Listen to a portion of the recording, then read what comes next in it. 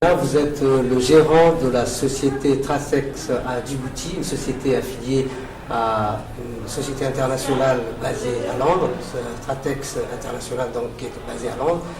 Et vous êtes à Djibouti après la signature justement d'un accord avec le ministère de l'Énergie pour la prospection minière à Djibouti. Donc, peut-on savoir tout d'abord le rôle de votre société et puis la mission que vous menez à Djibouti? Merci. Je voudrais, avant de faire des descriptions qui concernent Djibouti, simplement de dire quelques mots sur la société. C'est une société basée à Londres. Ils ont des opérations d'exploration en Turquie qui vont aboutir maintenant à l'ouverture d'une mine en Turquie avec des partenaires turcs industriels. Ils ont des opérations avec des associations industrielles pour le nickel au Brésil. Ils ont commencé il y a un an et demi de travail d'exploration en Éthiopie et surtout dans la zone de Tendaho qui se trouve à 150 km de la frontière avec Djibouti. Et justement, avec les résultats qui sont jusqu'à ce moment promettants, si tout va bien, le mois de janvier, ils vont essayer de faire des forages dans la zone de Tendaho. L'idée de s'extendre vers Djibouti était presque automatique. Et justement, le mois de mai, on a fait la convention, on a 6 permis dont on a payé la redevance, et après, donc, on a bougé pour trouver une maison pour le véhicule, pour fonder la société Stratec Djibouti, dont je suis le gérant. Oui. Et là, vous pensez qu'à Djibouti aussi, des recherches minières, géothermiques, et puis avec la présence notamment d'une société indienne qui est déjà sur le terrain, et puis irlandaise aussi qui mène des opérations de recherche sur la géothermie. Et là, c'est une nouvelle société donc qui est à Djibouti depuis mai dernier. Est-ce que vous travaillez en partenariat ou bien comment se présente cette mission? Bien. Je peux répondre d'une façon très claire dans tous les aspects. Nous avons commencé à faire le premier travail géologique le mois d'octobre. C'était presque une semaine, 8 jours. Nous étions 8 géologues, le fondateur de Stratex International, une autorité, un géologue anglais, une autorité mondiale reconnue dans tout le monde comme la personne qui connaît mieux tout ce type de minéralisation. Et c'était très important de l'avoir ici pour pouvoir faire des discussions pendant la nuit dans les terrains à dormir à la belle étoile, c'est-à-dire comme de jeunes gens. Donc après, il y avait un autre personnage à propos des partenariats, un géologue australien qui fait partie de probablement le 3e groupe producteur d'or mondial, qui sont intéressés à ce qui se passe soit dans la zone de Tendaho que dans la zone de Djibouti, et ça pourrait être vraiment quelque chose d'intéressant à un moment donné. Après, il y avait des autres géologues et des géologues djiboutiens et moi-même.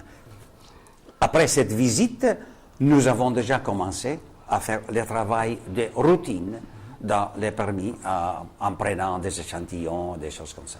Oui, ce premier entretien avec la télévision nationale coïncide aussi à la veille d'une conférence internationale qui est organisée par le CERD à Djibouti et où sans doute votre société est impliquée aussi au plus haut niveau. Quels seront les thèmes qui seront débattus justement au cours de cette rencontre? Donc, heureusement pour nous, dès le début, nous avons commencé à avoir des relations très amicales, si vous voulez, professionnelles avec le CERD. Et quand on a connu la possibilité de cette conférence, on a pensé justement que grâce à la géothermie, qu'on est capable de déterminer les aspects fondamentaux de l'exploration minière. Et alors donc, ça sera notre fondateur de Stratex, qui sera demain à la conférence, et on a trouvé un titre qui dit, c'est en anglais, mais je vais le traduire en français, comment l'exploration géothermique a aidé à arriver à l'exploration pour l'or. Mais si vous permettez, je crois que ça c'est le moment de donner quelques informations sur des cartes, très rapidement. ne vous inquiétez pas, et je ne vais pas utiliser le jargon des géologues. Ok, merci.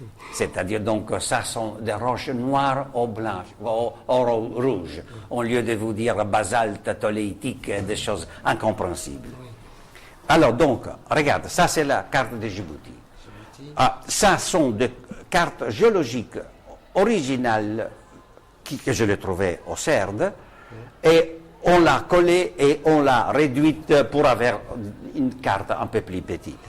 Alors, les roches vertes sont des roches noires que vous connaissez, les éboulis noirs que vous voulez, qui techniquement sont des basaltes. C'est-à-dire, le basalte vient parce qu'il y a des fissures continues. Après, je vais faire un très rapide croquis sur la question. La roche rouge sont des roches volcaniques aussi, qu'ils changent périodiquement. Ils contiennent plus silice que le basalte. Et après, il y a des autres choses petites comme les calcaires que vous avez ici, près d'Alice Abia, pour faire les ciments. Ça, c'est la géologie en général. Et c'est évident qu'il y a une série de fractures qui, vous voyez, ça sont des sédiments récents qui sont comme ça, des autres qui sont comme ça. Ça a tout à faire avec l'ouverture de la mer Rouge. Mais je viens là, et après, je viens à l'ouverture de la mer Rouge. C'est une carte satellitaire, c'est ça? Ça, c'est une carte satellitaire. C'est prise par Google. Tout le monde connaît Google Earth. La seule chose que c'est une image achetée dans une bande digitale pour faire deux traitements de fréquences, pour nous donner des couleurs ou des idées où les solutions hydrothermales pourraient arriver et donner à des minéralisations. C'est-à-dire donc la carte de Djibouti est beaucoup plus grande en respect de ça, parce que vous voyez, Djibouti c'est plus ou moins comme ça. Nous avons justement ici la zone de Tendako que j'ai mentionné, et justement à propos des partenariats avec la société, la troisième société dont nous avons un représentant qui est venu avec nous dans les terrains, nous pensons justement de pouvoir traiter les projets de Tendako, les projets de Djibouti comme s'il s'agissait de la même histoire. En effet, il s'agit de la même histoire. Alors donc, je viens à vous faire... Là c'est sur la dépression donc, du Rift Afar qui va de Djibouti jusqu'en Ouganda. On commence, ça c'est le triangle qui va comme ça, il arrive ici et après il continue jusqu'à, mon Dieu, jusqu'à Mozambique. Alors donc, je ne suis pas un grand dessinateur, mais donc vous voyez, supposons que ça c'est l'Arabie, ça c'est l'Égypte, et ça c'est l'Afrique. Apparemment, c'était comme ça. Il y a 10 millions d'années, ici, il est arrivé de la... Ça c'est le magma, quelque chose est arrivé là, et ça c'est connu comme les points triples. Alors, les points triples a avancé par ici, il a avancé par là, il a commencé à avancer par ici, parce que ça, le point triple. Et ici, vous avez le Sinaï, la mer Rouge a été ouverte, l'Arabie se trouve ici, et ça pousse. Il va pousser dans cette l'Arabie. La vitesse d'ouverture ici était beaucoup plus rapide que là dans les rifts. Mais les rifts, mon Dieu, il arrive, il passe Djibouti, il va en Éthiopie, il va au Kenya, il arrive ici, il passe pour... Je crois que ça, c'est quelque chose comme ça. Et ça continue, ça c'est le Mozambique. C'est-à-dire, une fois, on a le temps, M. Dini, je crois qu'il s'agit de demi-million d'années, peut-être 1 million, la mer va rentrer ici. Cette affaire sera poussée dans cette direction et nous aurons un îlot gigantesque et l'Afrique sera un peu plus petite. Mais du point de vue de ce qui nous intéresse, ici nous avons que la mer n'est pas encore entrée, c'est-à-dire il y a toutes des choses qui se fracturent comme ça. Le magma se trouve ici, pas très lointain, et lui, il va envoyer, c'est comme s'il s'agissait d'un casserole, que vous avez en italien, on dit minestrone, vous connaissez ça? Un bouillonnement. Et donc, il envoie des solutions, il envoie des vapeurs, qu'il peut rentrer dans une fracture, et il peut laisser les minéraux qui étaient dans le magma, ils sont rentrés dans la solution, il a trouvé une fracture ou des roches qui sont capables de retenir l'or aujourd'hui, demain, pour milliards d'années, et ici, nous pourrions avoir de minéralisation. Là, vous nous avez parlé au début justement de 6 sites pour lesquels vous avez des permis de prospection. Et est-ce que ces sites, vous avez eu le temps de les explorer, de prospecter un peu sur le terrain déjà, et sont-elles promoteuses justement en matière de recherche minière? Donc, regardez, nous sommes relativement rapides, parce que si vous pensez qu'on a signé la convention à fin de mai, et nous avons commencé le travail de terrain avec le véhicule, tout ça, le mois d'octobre, et maintenant, nous sommes dans le travail des routines de s'approcher à chaque permis, de voir ce qui se passe et de prendre des échantillons. Je ne sais pas si lui sera capable de voir ce morceau de roche que vous voyez, ça n'a rien à faire avec le basalte noir ni l'autre là, mais sont des fissures. Vous voulez que je m'approche?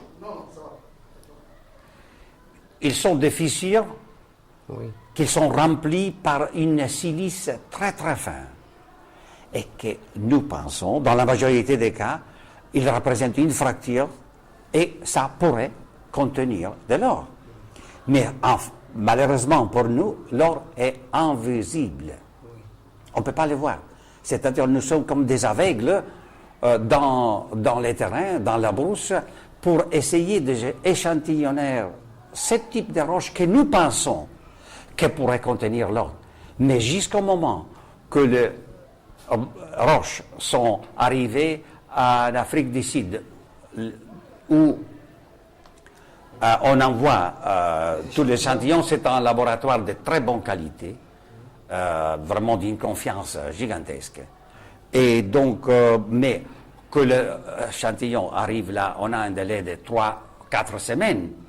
Et nous attendons. Et qu'est-ce qui se passe, M. Dini? Malheureusement, que bien pourrait être qu'ici, la roche, les types de fractures qu'on a échantillées pourraient être la bonne. Mais le résultat, quelquefois, il dit qu'il n'y a rien. Alors, on doit essayer de changer, de modifier les modèles tout le temps. À la fin de toute l'histoire, qu'est-ce qui se passe? Qu'on doit avoir l'espoir que la nature soit bénigne, pas seulement avec la quantité, qu'on trouve des minéralisations un peu partout, mais très faibles. C'est-à-dire on doit avoir la quantité et la qualité. Si vous allez à pêcher dans un lac et vous allez là, vous voyez une telle quantité de poissons, mais ils sont tellement petits. Alors donc il y a la quantité, mais pas bon.